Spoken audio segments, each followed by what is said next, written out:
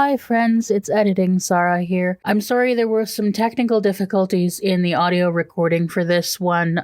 There's a bunch of notification sounds. I did my best to take them out, but I couldn't get them all. Sorry about that. So everybody ready to talk about some Farscape? I almost said Stargate, which You did. With good reason. Some of the same actors, but are we ready to talk Farscape? I think so. I'm ready to talk Farscape and Stargate. Hi, friends. Howdy, y'all. Hello and welcome.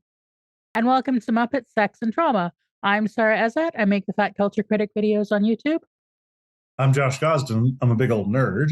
And joining us today, we've got Zylla Black. I run the YouTube channel Zylla's Athenaeum. Woot. Yay. And we're here to talk about the episode Losing Time, which is an episode of Farscape. That much at least we can say. Losing time.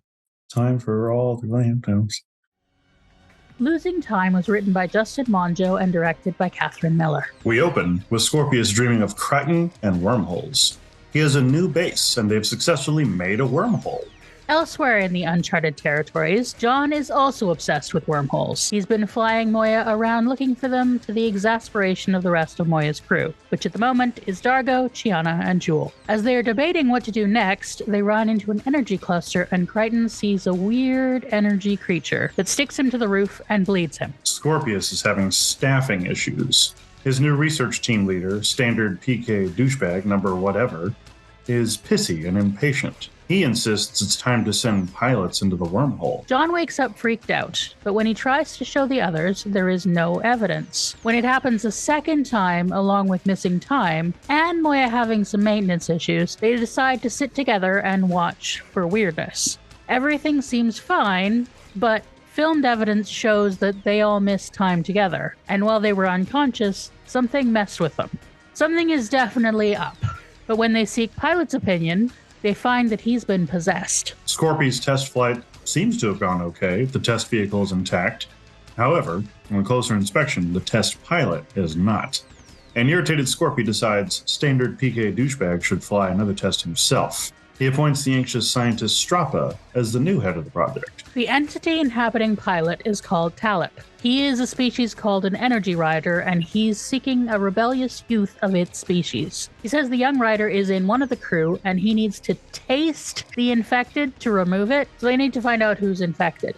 The rider can mimic its host, but won't know details and backstory. The crew quiz each other, but there's a problem. No one really knows Jewel. An argument ensues, and Chiana tells Talip to taste Jewel. He does, and it's clearly painful, and also futile, as she's not it. John and Chiana then try to communicate with Moya through a DRD, using the Star Trek link system. The DRD leads them to Moya's starburst chamber, a space Pilot cannot sense. On instruction, they release a small burst of starburst energy, which reveals the rider within Chiana. The rider then tries, various tactics to appeal to John for protection. At his base, Scorpius is feeling expositional and decides to give Braca a breakdown of the current political landscape. The Peacekeepers are in a cold war with the Scarans. The only thing holding the Scarans back is the belief that the Peacekeepers have wormhole weapons. This is why Dr. Scorpius Love is so desperate to develop wormhole weapons. John tries to find a solution without turning in the rider, but Jewel is pissed and drags the rider out of hiding. It gets violent, but Talip tastes Chiana and kills it. Unfortunately, he's now decided he likes Pilot's body and intends to stay. The crew come up with a scheme to get Talip to leave Pilot and go into Moya, and while he's transferring, they fry him with starburst energy. Everyone on Moya is exhausted after this busy day. And Scorpius is once again dreaming of John. So, general thoughts? General thoughts. Oh my. There is a lot here. I was thinking a lot about the title actually, which losing time is a psychological thing that can happen to people with DID, dissociative identity disorder, which seems oddly appropriate for this episode, considering that a new personality has just a whole new person is now writing people. And so I was thinking about calling it losing time, because that's the specific phrase I've heard used diagnostically, which is like one of the most clear diagnostic symptoms for DID, and thinking about identity and how clearly that is a part of this specific story. But I also was thinking about it's a trope in certain story types in like genre fiction, both sci-fi and fantasy. I can think of several examples where the non-physical or non-human being takes on a human form and gets obsessed with the pleasures of the flesh. And it was very fascinating to see how they just turned that into nothing but sex. I mean, well, if you're going to possess Gianna, that's those are the fleshy pleasures that you're going to get, I feel like. Also, when Crichton is talking to Pilot, he makes some masturbation jokes. He does. They really don't talk about like consumption of pleasurable food or touching pleasurable things with the sensations that they're talking about. The only ones that they discuss are sex. Like, as I'm too ace for that is basically what I thought. I noticed. I mean, it's this podcast is Muppet Sex and Trauma. It's Farscape. Like, there's going to be sex for sure. I definitely both enjoyed and also was squicked out by the Chiana John scene. Oh yes, in the bowels of the ship down there, where he's like he literally stands up and like Moya's adjusts his disco. pants. It was a whole thing, man. Well, he refers to it as the sex stuff. So yeah, whatever unquestionably the energy thing the writer did was definitely a kind of sex act. Mm-hmm. And non-consensual sex act for both of them. For both of them. Yeah, absolutely. For both of them. Very worrying. Mm-hmm. That was the squeaky part of that scene for sure. But in general, I really liked this episode. I really liked getting to spend so much time with Scorpius. Also, very glad to see him back. I was just starting to feel like, why did they put him in the main credits? These last couple of episodes where he hasn't been in them at all. So I was really glad to get back in touch with him. But just in general, also, like we talked in the last episode, I'm enjoying the new dynamic of having the crew split up. And so getting to see what the other half is doing right now is pretty fun as well. I'm kind of meh on this one. I like the Scorpy stuff.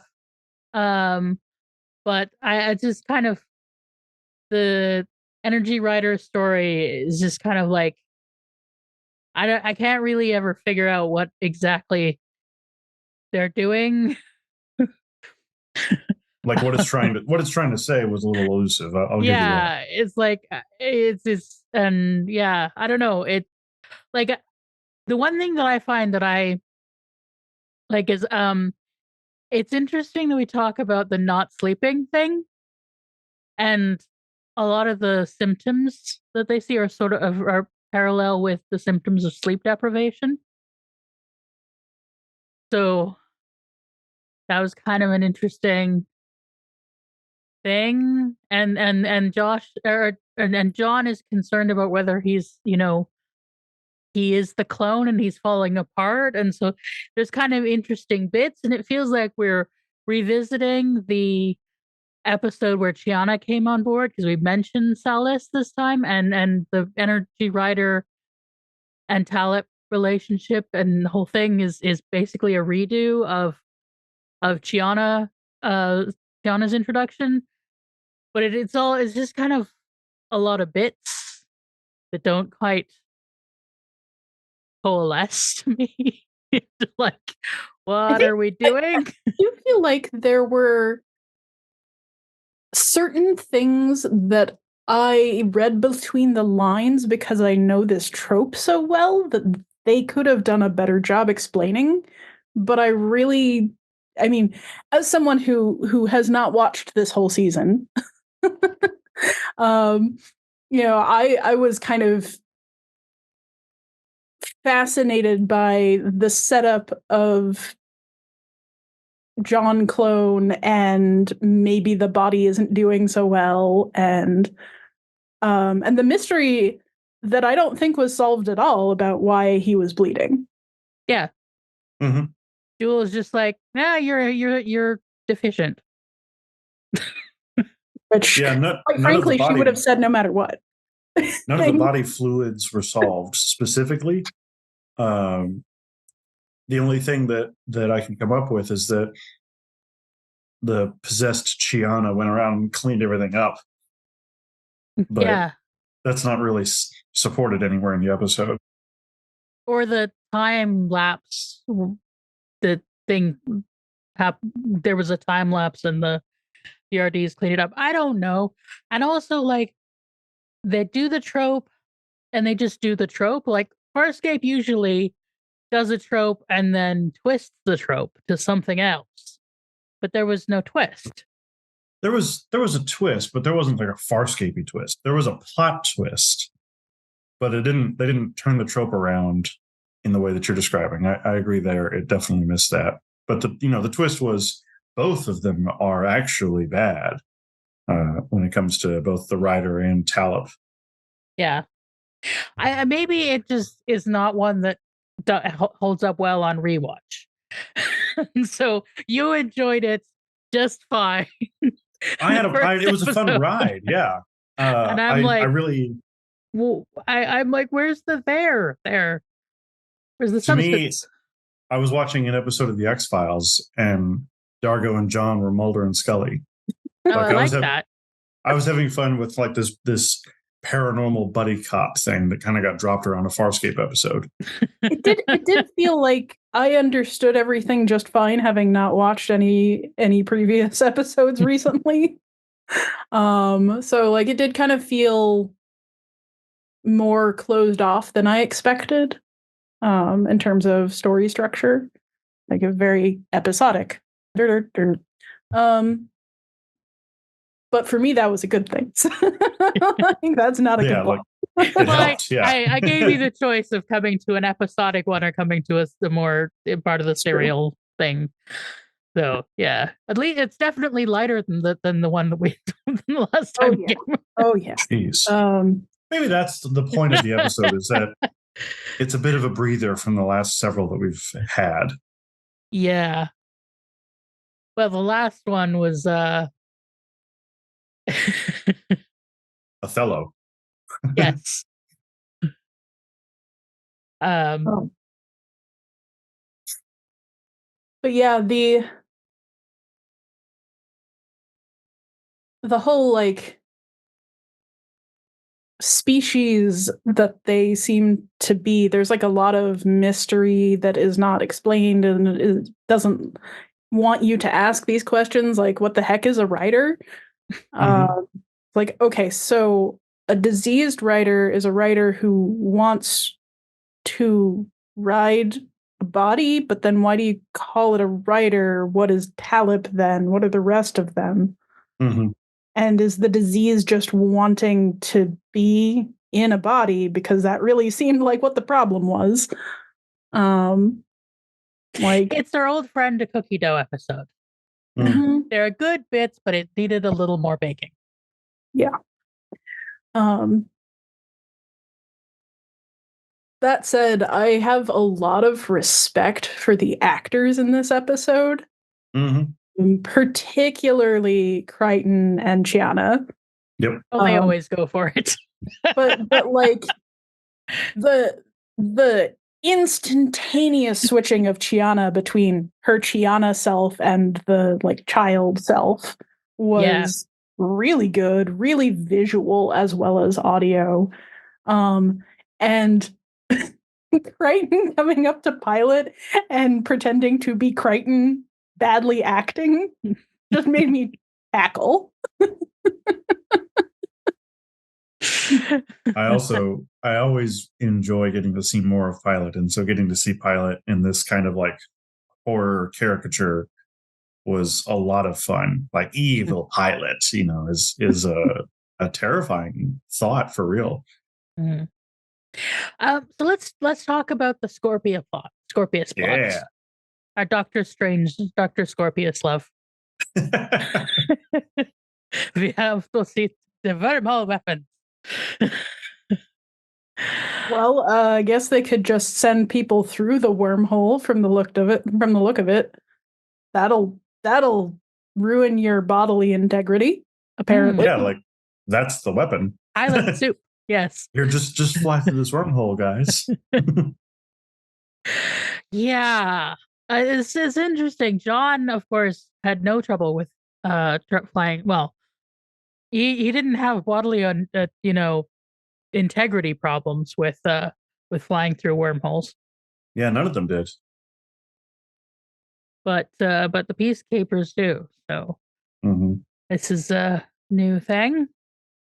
But yeah, it's interesting to see Scorpius's perspective of John in the dream. Like, that's such an interesting thing that it's sort of like Scorpius has a Harvey. That's what I thought we were getting until the second dream. Like, I thought that it was setting us up that when he pulled the chip out, he pulled out a bit of John with it. So the second dream, though, seemed very straightforward and dreamlike. Yeah. But yes, it's interesting because we've usually had Scorpius from someone else's perspective. We've never had been in Scorpius's perspective, let alone in Scorpius's dream. He's an interesting character. Having only seen a couple glimpses of him effectively. It's rare that we get this kind of villain with the humor that he has. Like, he knows he's being a jerk. He absolutely is. He's laughing at how much that guy hates him. It's pretty humanizing, if that's the right word to use. I don't know. It makes him feel more real in a way that a lot of I was thinking about, have y'all seen Firefly? Oh yeah. Yeah. The hunter character. Oh yes. Very, very similar, sort of very driven, very violent, very calm in his villainy and his self-awareness, but no humor at all. He's very just matter of fact. He's not looking at the irony of his own situation. He's not thinking about the bigger picture in any meaningful way, not like Scorpius does when he has that speech to his second in command, where he's like, do you have any idea the trouble we're in? Basically. Yeah. The only thing staving off the Scarlings at this point is the suspicion that the Peacekeepers probably already have a wormhole weapon, but they don't. Yes, it's mutually assured destruction, except it isn't actually assured. They've just clever deception. Yeah. Yes. And it's interesting.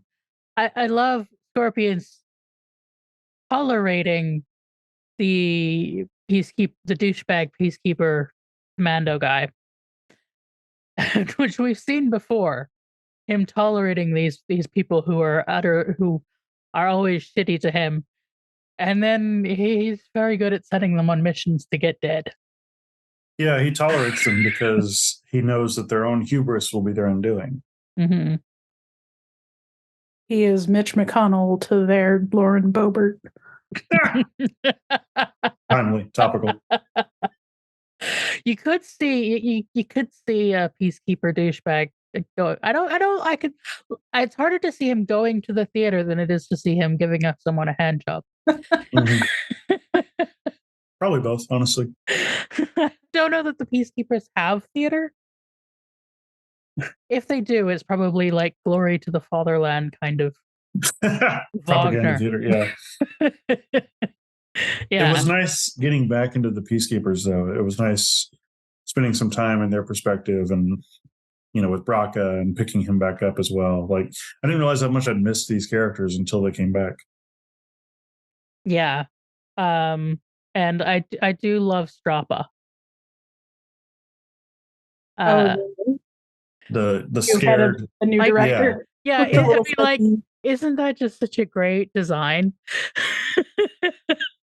Yeah, I was actually really enjoying that we had in that scene 3 non-human aliens with pale, fishy skin and sharp teeth, and none of them quite looked the same.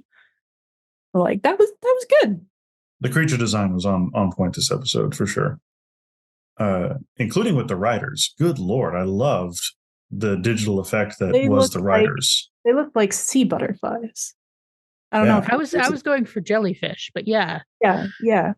I think sea butterflies, I think they're actually a type of slug, but they are just these like floaty angelic looking beings, but Mm-hmm. They live deep in the ocean, and deep in the ocean is like deep space. It's full of freaky things. Mm-hmm. True story. But the way that Talib specifically was like hovering and lingering in the air was very demonic and very affecting there at the end, right before he gets vaporized by the starburst. Yeah.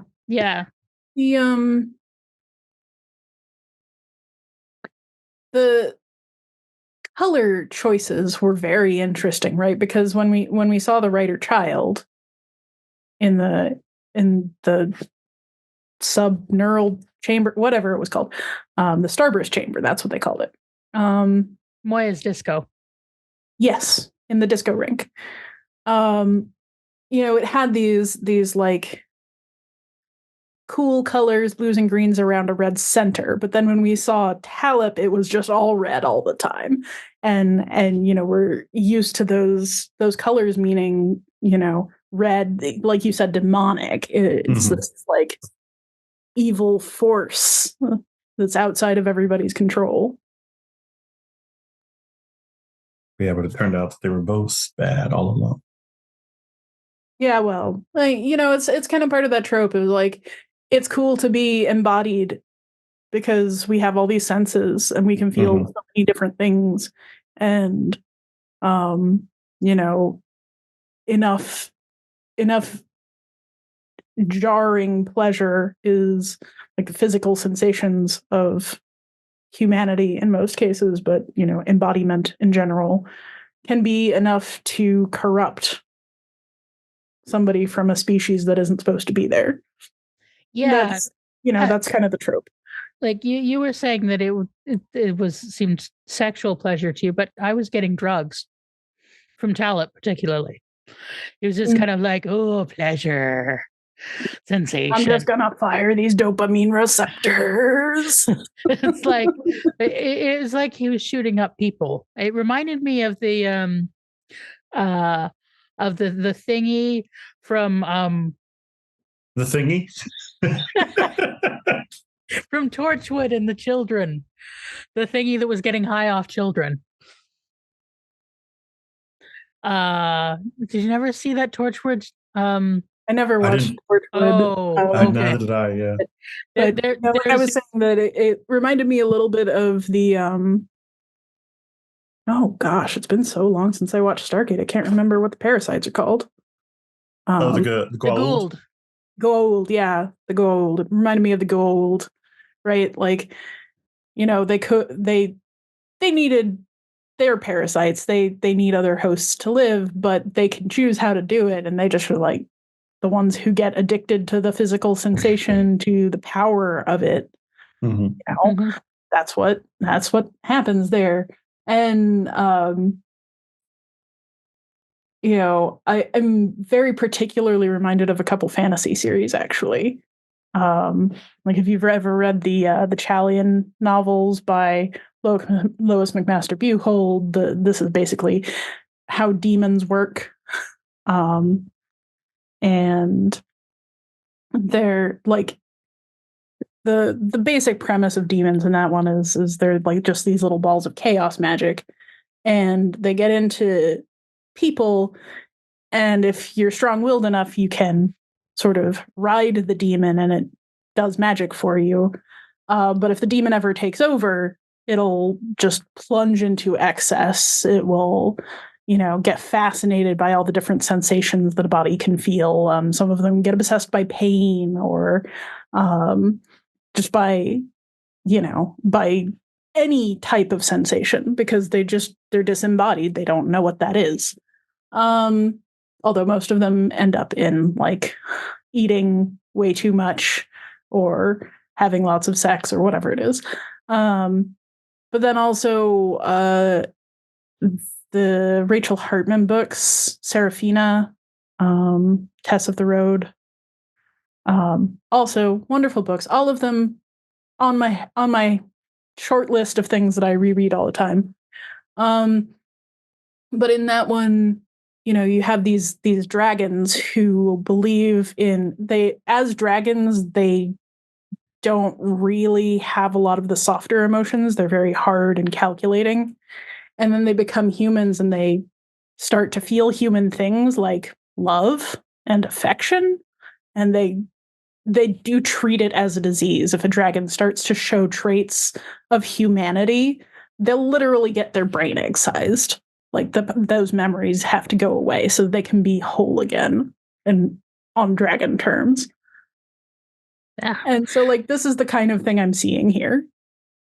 Yeah, the Children of the Earth is the episode of Torchwood that I was thinking of. And there are aliens who come to Earth, and they are trying to negotiate to be given a bunch of children, because what they do is they get high on the chemicals, which is just like emotions and endorphins and stuff. And yeah, from that summary, I am actually hearing blood libel real hard. So, ooh, yes. I have concerns. Yeah. Well, you'd have to watch the thing and see if it goes. I like, it's more about, it's like pushing people to decide if they will give 10% of the children to save the rest. And it's a very fucked up thing. Or between Omelas and A Prisoner's Dilemma. Yeah, but I was specifically thinking about the way that they sort of portray them as reacting and having this thing about the chemicals, and that they're like addicted to, you know, human, like our dopamine receptors, basically. And I was thinking that that's sort of like what Talip seemed to be doing, is just being like, happy chemicals. It's just like, yeah, it's drugs. It's kind of fascinating, the assumption that is made in that kind of trope, that embodiment is the coolest fucking thing, right? Like, this is the best shit ever, instead of an existence that they are used to. And sometimes that's woven into the world. Like if you go read the Chalian books, that's very much like, yes, for a demon taking on matter is actually very important. But like most of this other stuff, like in this episode, like why is a physical form any better? What and how did they figure this out if they're just thingies floating in space? Right. Like, why do they call them writers? It's very cookie dough. It's very, we had some ideas and a deadline was coming up, so we didn't get to flesh them out. Well, it's also just, it's very, it's what I think of as humanocentric, right? Like it's one of those things of like, well, there could be other life forms out there that are even cooler. Interestingly, its opposite trope also exists in a lot of sci-fi. The human ascension into free beings. Oh yeah, talking about Stargate. Yeah. That's just what I was going to mention. Is that maybe it's not necessarily that physical is better than incorporeal. It's that novel is better than known. That's true. And so for these writers, however common or uncommon it is for them to assume physical form, it's clearly the exception rather than the rule. And for both of these, it seemed like it was their first time specifically. But we also got the effect of our people being tasted, which was really creepy and awful. Yeah, that the whole I have to taste you guys, and then the way that Jewel was flailing around was very off-putting during that entire sequence. And when coupling that with like the phraseology "taste you," it was just really like not having a good time with it, you know? Yeah, it did seem genuinely traumatic to Jewel. Yeah, like she was not okay afterwards. Yeah, and they used the same phrasing for the writer child as well. Like, I'm taking sips. Yeah.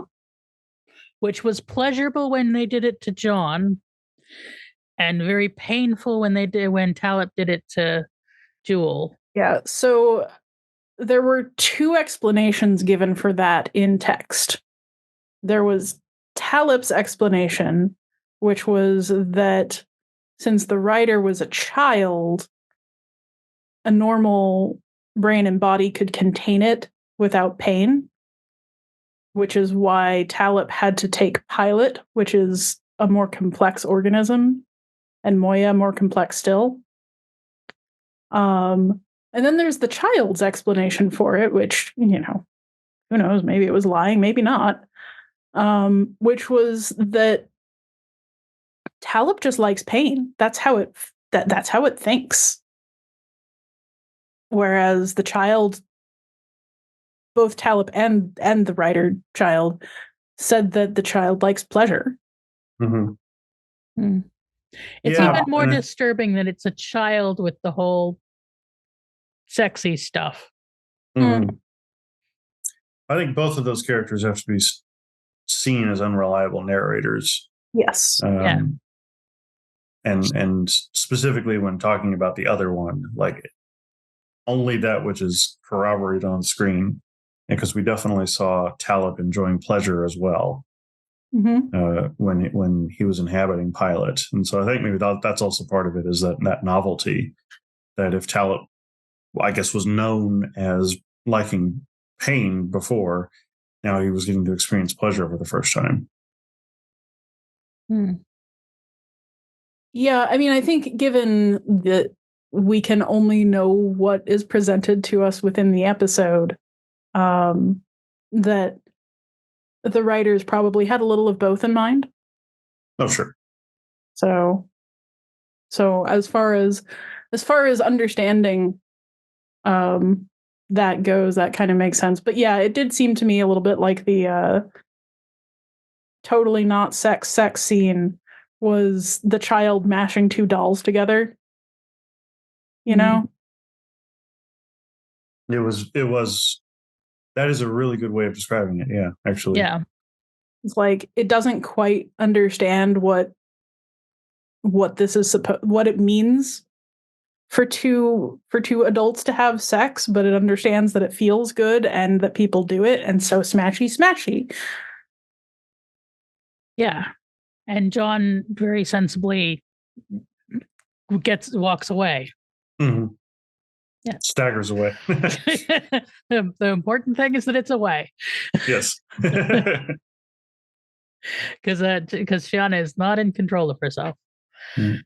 Yeah, and I'm trying to think about the effect on our characters, since I think part of my struggle with this is I feel like in this episode we spent too much time on the child and Talib when we should be focusing on mostly on our characters, and this is clearly we don't deal much at all with Dargo's experience of having been tasted, but we Tammy McIntosh does give us does really show us how much this affects Jewel and how hurt Jewel is as well at being sort of thrown to Talib, that the others that it appears that Shiana specifically is like, take her, but we later of course realizes it is the writer, and then like her clearly feeling regret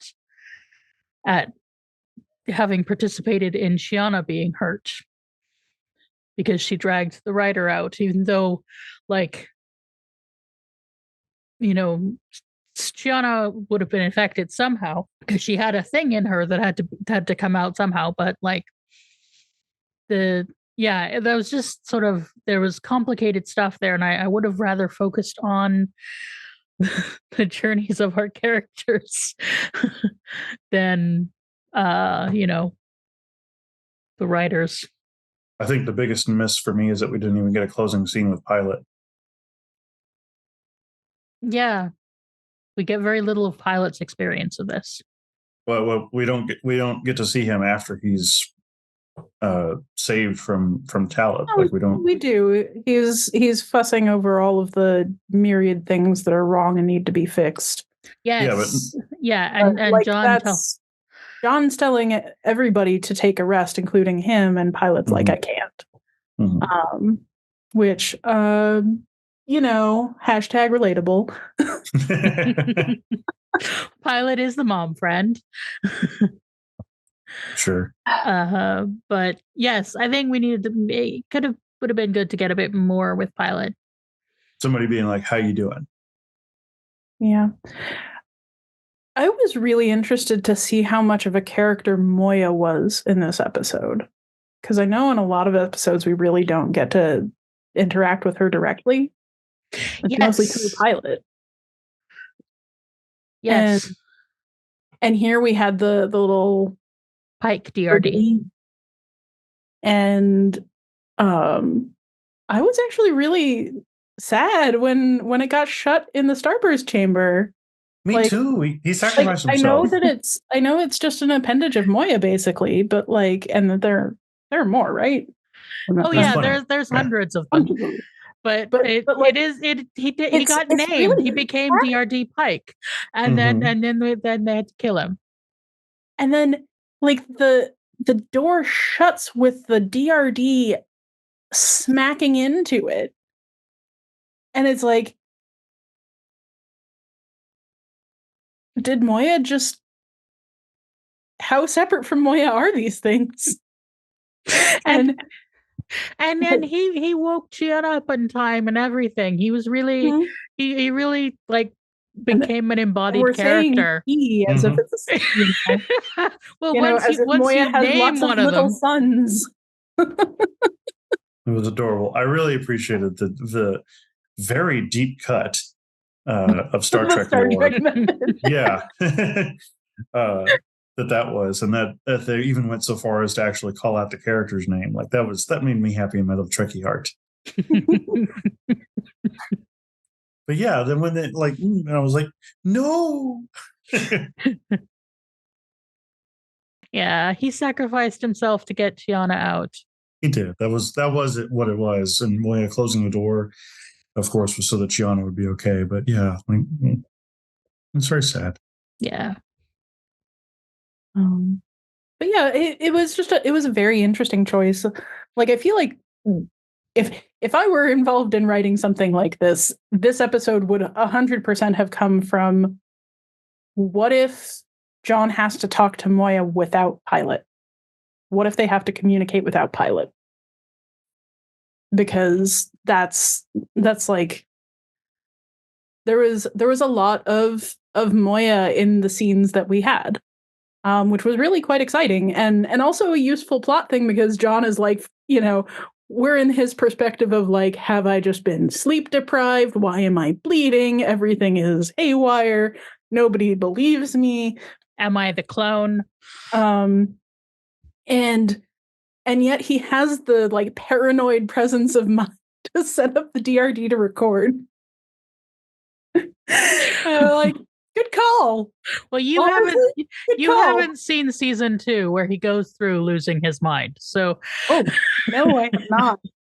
Yeah, for folks who did not listen to the first episode that I tagged along on, I have only seen season 1 previously, so a lot of this is very new to me. You have to see season 2 and then give us your thoughts. But yes, he did go, crazy. That he lost control of his mind and then regained it. So it's not really surprising that when he's worried that he's losing it, he has the presence of mind to be like, hey, I'm not, to sort of come up with backup and double check that what he's doing and everything. But I think of all the ingredients in this underdone cookies, I think the most interesting is having to, other than the Scorpy stuff, is having to communicate with Moya without Pilot. I think it also raised some interesting questions about, like, we've obviously seen Pilot care about Moya a lot, but how much Moya cares about Pilot. And, in this episode, clearly quite a lot. As she is working in concert with the crew to save him. And that one question of, even if Talip were lying, would you still want me to betray the writer? Yes. Mm-hmm. Mm-hmm. No hesitation. Gotta save Pilot. Mm-hmm. Moya loves her crew. Yeah, but like, does that mean she's willing to sacrifice Chiana for Pilot? Yes. We should have had that question asked. Yeah, that would have been really interesting. I mean, clearly she didn't want to. No, I mean, Moya loves everybody. Mm-hmm. But she's absolutely been willing to sacrifice all of them before for Talon. Yes. But Chiana is the one who midwife Talon. Like, they have all the characters have different relationships with Moya, but I think that's an important one. Mm-hmm. And had there been time to develop the script a bit more, we could have done something with the fact that Moya and Chiana have a particular relationship. I think one of the things I liked least was the fact that John was willing to leave Chiana there when the answer to "can you walk" was no. Like, I know that the plan depended on a number of moving parts, but he asked her, "Can you walk?" She said no. And he still left her there. Not, it's not a matter of trust. It's a matter of, like, can you get yourself out? I don't know. You said you can't walk. I don't know that I would have left her there. Yeah, could she not switch out with somebody else's job in the big scheme? Right. Like, why doesn't she switch out with Jewel? Like, darn, carry her up there. It'll take a bit longer, but be a lot safer. Yeah.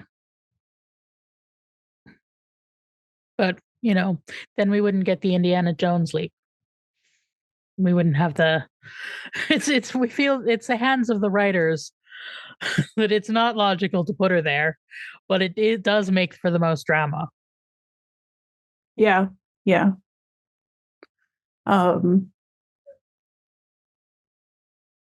But it also just gave this very weird feel to the bored look on John's face while he was acting. Yeah. So any interesting themes emerge? I think there was an interesting theme about identity and questions going on in both plots. It's like it's in the Scorpius plot of like who's in charge and why, right? Do you ask the questions, yes or no, right? But at the same time, like in Moya, what's going on is they have to question everybody's identity by figuring out what information they actually know about each other. How much can they trust each other? How close are they? And who can they trust from outside? There are so many questions like who here is not who they seem to be? And is it all of us? So I thought that was very interesting. And it feels a lot like those the body swap trope episodes, right? Mm-hmm. They did take an interesting opportunity to reveal something about Jewel through trying to test her identity. Like that was interesting. And then I guess you don't know anything personal about me, and I was like, yeah. That's maybe a downside. And then I guess the writer that was possessing Chiana was just frantically reading her own biography on that computer console the entire time because she was able to eventually pull a couple of details out of her ass. Yeah. Like she bought herself time to look it up. Mm-hmm. Like, my brother's name. And nobody knows who killed Salas. But it also it sort of drags into the light the question of like how much of a person is still present when someone else is in control. It depends on the type of control, I think. Mm-hmm. And again, we've had that. We've seen John's mind be controlled by somebody else. So, yeah. So the Scorpius stuff gives us a little bit of table settings for future episodes. So I'm curious what you think of the whole Cold War with the Scarans stuff. I think it was interesting, not surprising, but interesting. It's also interesting to kind of recontextualize a lot of previous peacekeeper activity that we've seen, where it's very much like, border control and territory control and stuff like that. And based on what we've seen so far of the Scarans, it definitely doesn't seem like there's a good guy in that particular conflict. No, fascists and Soviets do not really provide a good guy. Yeah, that's what I was thinking of, is like the Sebaceans, the peacekeepers are very fascist coded. As are the Scarans, but with a twist. Who would have thunk fascists don't like anybody, including other fascists? So the thing with the kind of imperialism that the Sebaceans have is that you have to keep expanding or it all collapses. Yes. And this is something that we see in history. The Roman Empire is the example usually given. Like once you start expanding and you build the machinery to make it go, you can't stop, because as soon as you stop, it all falls apart. But at the same time, once you get too big, it's impossible to control. And it sounds like what's being set up here is they've run into something as terrible as they are, And so they're going to be forced to stop. And that probably explains a lot of the like harsh, panicky violence that we see, I mean, at least in season 1. Of like they're genuinely worried as a political structure about this other entity being able to destroy them, not necessarily even by physical means, but simply by stopping their expansion. Yeah. We will see more of this, and it is setting up the we have work on the super weapon, the wormhole weapon. I will be really interested to someday, when I actually make time to watch the rest of the series, I'll be very interested to find out why it is that humans can wormhole and Sebaceans cannot, and what the deal with that is. But although there was the Pathfinder aliens could also wormhole. Well, so far, Rigel's wormholed too. Rigel's wormholed, and the Ancients have wormholed. And the whole crew wormholed in the episode where Zahn died. So it's not actually about being Sebacean, because the crew has Sebaceans on it. Mm-hmm. So it's almost like there are other forces at work. Dun, dun, dun. Or does it have something to do with that Scorpius's wormholes are manufactured? Time will tell. We don't know. We might learn in future episodes. So do we have anything else on this one? I am really interested in John's psychological state at this point. The cloning and the mind control and the isolation and the non-consensual sexual activities. And we couldn't possibly get into John's state of mind at this point. I am fascinated. So as you know, although you might think that this is not the best label for me anymore, since I couldn't even remember the name of the go old, but as a primarily like I'm not Star Trek, I'm not Star Wars, I am Stargate. I'm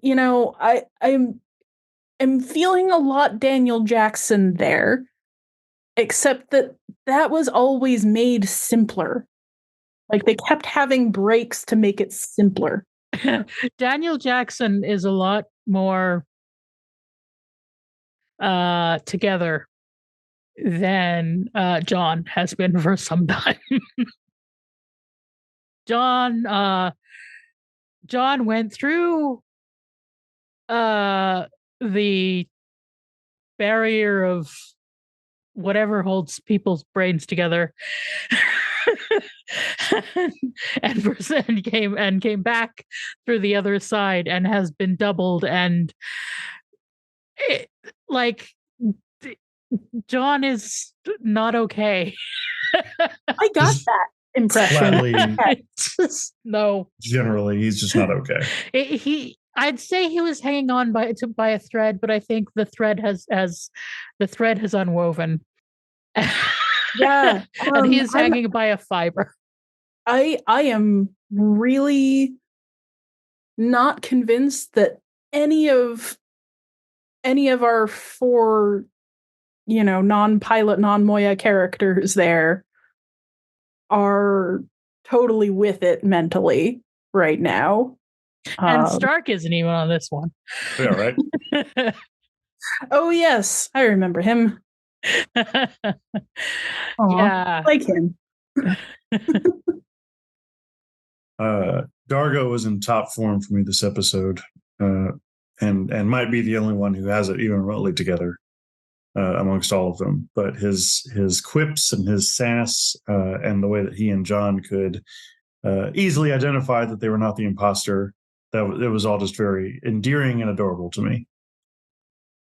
I did enjoy his "let's point a gun at it" solution. That was very John. Very Dargo. Very Dargo. Yes, very Dargo. Yeah, this is a good this is a good episode for the bromance. Yeah, I was actually thinking very Jack in terms of Stargate. This is the tuna sandwich plan. Okay. Yeah. There's a reason I love Dargo. There are many reasons I love Dargo. So are you ready to hear the title of the next episode? Bring it on. Yes. It is Relativity. Oh, nice. So I have some comments. Yay. From previous, let me find them. Okay. Thanks for sharing. The horniest unicorn this is Chick Flick Guru. Mm-hmm. The horniest unicorn I know is the drag queen Cheddar Gorgeous. Very true. I love Cheddar's work. Crace the horny unicorn or the horny rhino, maybe. I like that. From Molly Mockery, this episode talking about thanks for sharing again. This episode feels very self-aware to me, and the cast are like a distilled version of themselves. It's just pure Farscape shenanigans. To me, that's what makes the episode fun, even if the plot is a little lacking. The characters are strong enough to carry the show. Yeah, I could definitely agree with that. And Rose Harless is asking if anyone had the Pugsley song from Adam's Family Values in their head for the whole of Eat Me. I don't remember the song. I'll have to go look that up. And they also remind me that there's an episode of Listen Up A-Holes where Lonnie and Joshua talk about giant-sized methane. Which I remember and which I highly recommend. I can't remember which episode it is of Listen Up A-Holes, but all of Listen Up A-Holes is good. And on different destinations, again, Rose Harless. This one was rough. I had to pause a few times because I try not to cry at work. Every single person is Habibi. That's lovely. Yeah. Thanks for sharing. We also have Terry Roberts. That's Pink Doubles Terry, who's been here before, said, great episode. Love to see Ren as a guest. Yay. Ren's always a good time. Yeah. And then we got a new person called Sara Young, who's been going through our back catalog and let us know they have a dog named Dargo. Oh, no, a cat named Dargo. A cat named Dargo. So cute. Adorable. So appropriate. He's a stub-tailed tabby, but his personality is all Dargo. He's big and strong and has an extremely low tolerance for stupid human shenanigans. Please tell your cat Dargo that he's welcome to watch our show anytime. And I think that has us caught up. Cool. Also, we have a new Patreon supporter. Yay! We have several new free people, but we also have Jackie Block giving at the $5 Zan's Cleric level. So thank you, Jackie. Thanks, Jackie. So yeah, those are Thanks to everyone who supports this show, because it's real cool. Aw, thanks you. Zylla.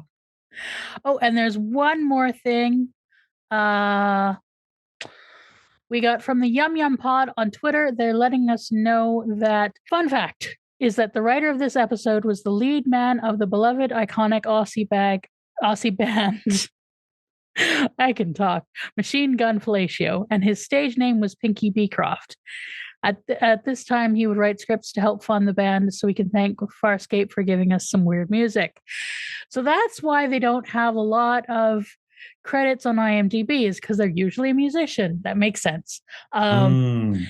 because that is a hell of a well-written episode. That is the one in which Crichton gets split. We had Adnan as a guest, and it is a doozy of an episode. Yeah, no kidding. So yeah, thank you to everybody who commented. We love to hear it. And if you have other pets named after Farscape characters, we'd love to hear it.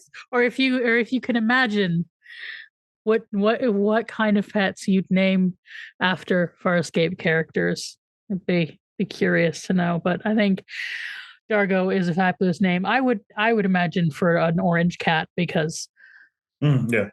But I'm now picturing like a little black and white splotchy kitten named Chiana just like falling into things. Yes, very much that. Jewel would have to be some kind of high-strung puppy who sheds a lot. Some kind of like teacup terrier sort of. A purse dog. And Aaron would be like a thoroughbred racing horse. Oh, that's an image. Well, Crichton was a donkey. Jeremiah was a bullfrog. No, Jeremiah was a terrible episode of Farscape. That makes Stark a bunny. Twitch. Stark would be a bunny that's been like experimented on in the that someone is saved from a life of being an experimental like bunny thing. Yeah. The bat from Fern Gully. Yes, exactly, the bat from Fern Gully. Rigel already is a frog. I think Rigel would be a good cat. Yeah. He would be like a Garfield cat. Not in looks, but in terms of just like lying there farting and complaining about Mondays. Mm-hmm. I think I'd be happy to be the Rigel cat. He's very cat-like in that he thinks he's monarch. Yes. Of all that he surveys, which he is, to be fair. Yes. So what would Zahn be? Forever in our hearts. Yes. So also a cat. Yes. Or some kind of like tropical fish. So, I think we've run out of silliness.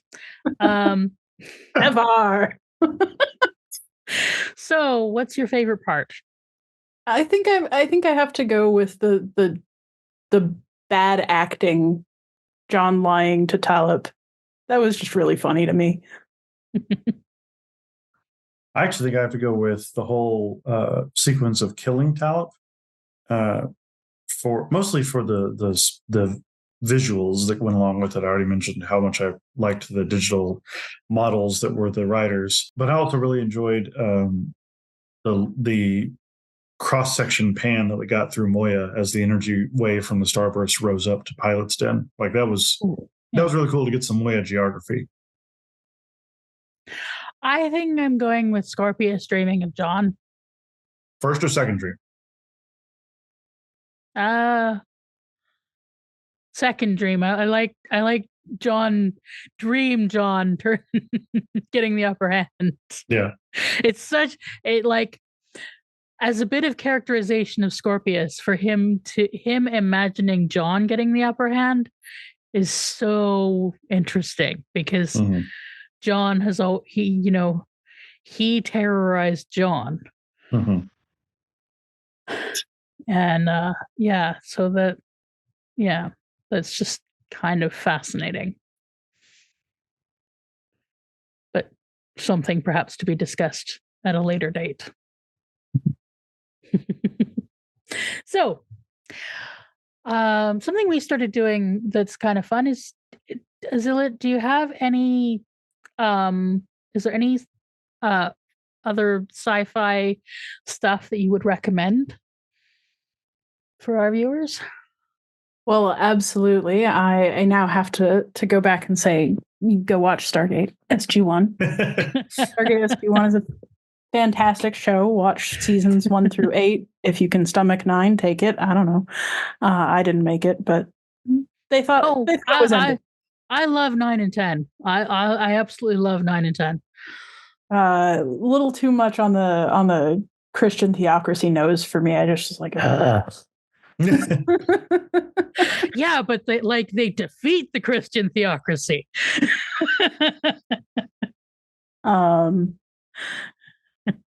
But yeah, so Stargate SG-1. If you like Farscape, you will probably like Stargate SG-1. And then if you're looking for books, I recommend Anne Leckie's Ancillary series. You like living ships who have an emotional attachment to their crew, can't go wrong. Okay. But also, in a totally different direction, I just have to plug all of the Becky Chambers books about the first one's A Long Way to a Small Angry Planet, but like those books do a lot exploring identity and technology and how those things intersect in a way that is incredibly personal and yet generalizable. I think Becky Chambers has a knack for making the personal bigger than it usually is. Nice. And so if you're looking for questions of interspecies relations with species that are a little bit more different than what we see here, that's a good way to go. But also a lot of thoughts on nature of consciousness and the nature of friendship, I guess. How people interact with one another. And where can people find you?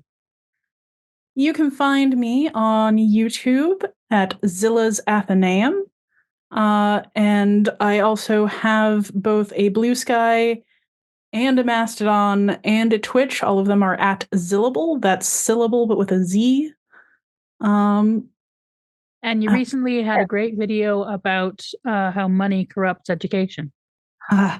Yes, I'm doing a long series right now about the problems with the way we approach education. I'm calling it the American education system, but it started out as a project about how grad school is abuse. So, like, I have evolved a long way from there.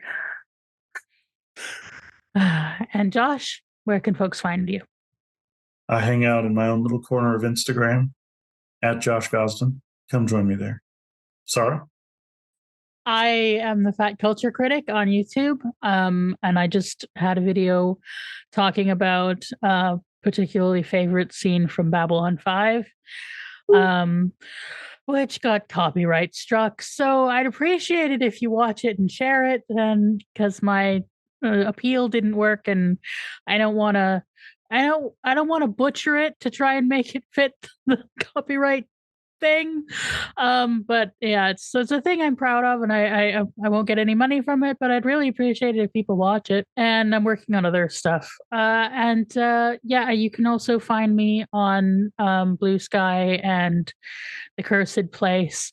And the links are in the description, and you can find the podcast. You can go to our Patreon, and we'd love more people to sign up, and you can we have a Discord, and the links to everything will be in the doobly-doo, as always. So, yeah, with that, thanks, folks. We'll see you in 2 weeks for Relativity. Bye, y'all. Thanks for having me.